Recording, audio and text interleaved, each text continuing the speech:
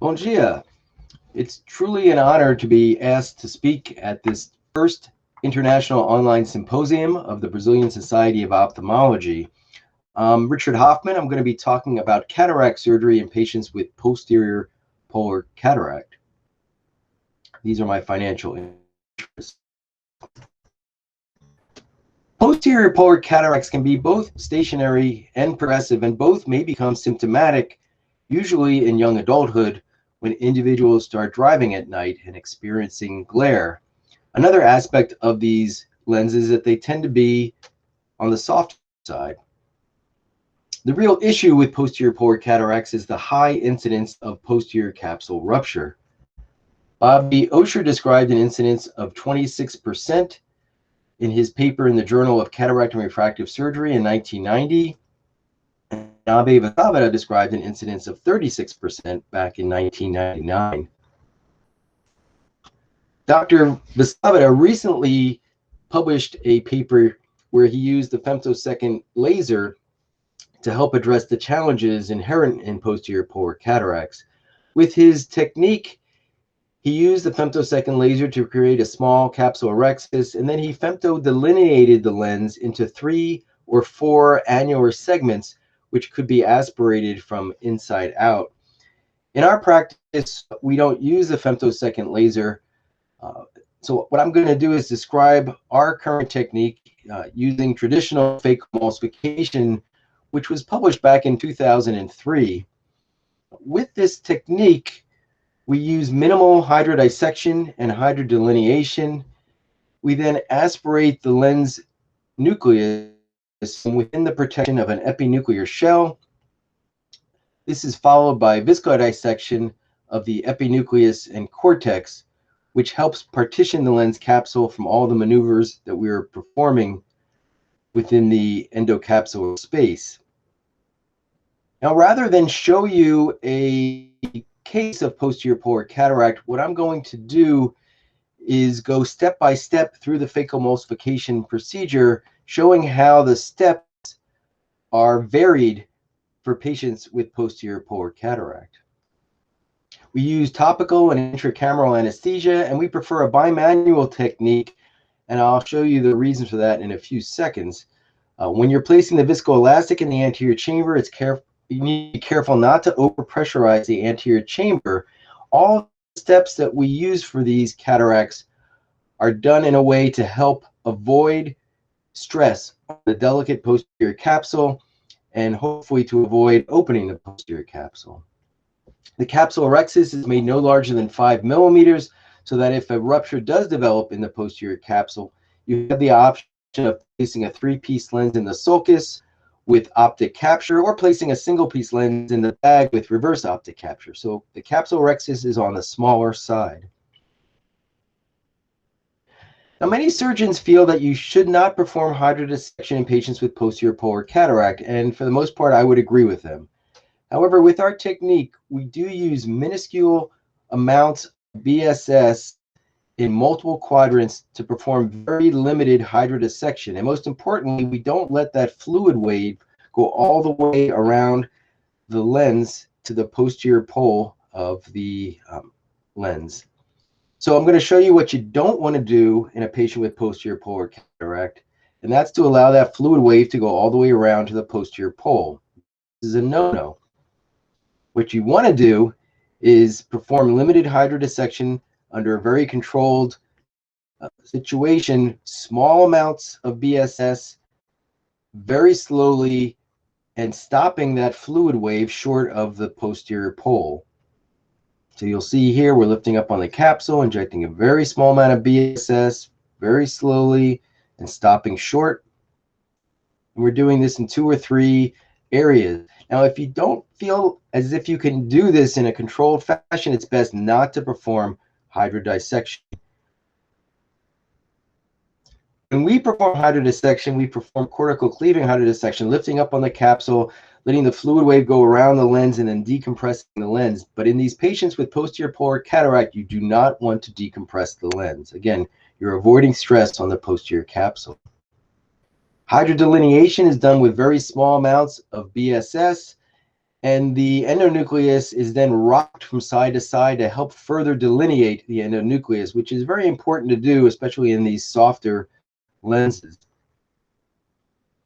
We will then pre-chop or score the endonucleus into 4 quadrants using a fine Nagahara chopper or any other device that's similar to the fine Nagahara chopper. And once the lens is scored, we then go ahead and manage the endonucleus. The bottle height is lowered. The quadrants are then aspirated with a 30-degree bevel down needle. And we use vacuum alone or extremely low ultrasound powers with high vacuum. And most importantly, we do not rotate the lens. So here you'll see the phaco needle coming from the right, bimanual incision, and the irrigating cannula from the left. And the distal 2 or 3 quadrants are fairly easy to aspirate, but that subincisional quadrant is challenging to get to, and ordinarily you would rotate the lens to get to it, but you do not want to rotate the lens in patients with posterior polar cataract. So with the bimanual technique, you can switch your instruments to your phaco needle and now place it through the left-hand incision, which gives you much easier access to that subincisional quadrant.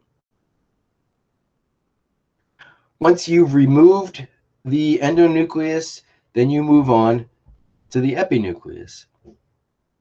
We like to use a dispersive viscoelastic such as Viscoat and place it under the capsular edge in 1 or 2 quadrants to partially elevate the epinucleus and also to place a protective layer of viscoelastic between the epinucleus and that potential defect in the posterior capsule.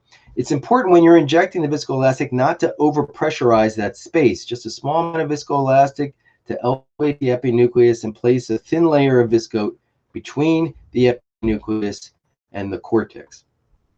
We'll then use bimanual I&A hand pieces, and we'll start aspirating the rim of the epinucleus. And you can use a phaco needle to do this, but it's not as controlled as using bimanual I&A hand pieces. And this is a very inefficient part of the procedure, and it takes a long time, and you just have to be persistent and keep aspirating. And many times the epinucleus will come out in layers, like the layers of an onion, and you just have to keep aspirating. And you can see here the opacity of the posterior polar cataract is floating freely, which is usually a good sign, but it doesn't mean that you're not going to still create an opening in the posterior capsule.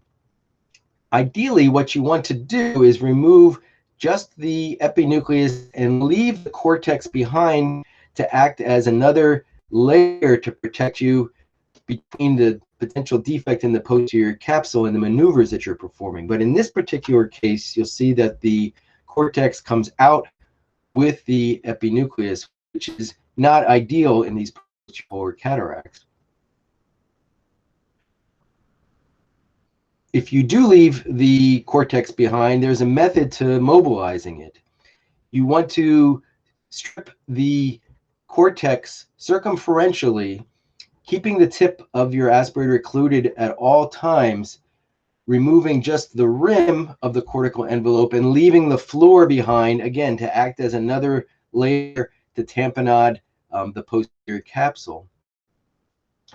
And then once you have just the floor of cortex behind, you can elevate it with viscoelastic, again, protecting the posterior capsule with a layer of viscoelastic and removing the floor. And then if there's some debris, you can polish the peripheral capsule, but you do not want to touch the central posterior capsule because it is very delicate and it can rupture. And if you do develop a tear in the posterior capsule, you want to convert it to a continuous curvilinear capsule rhexis if possible.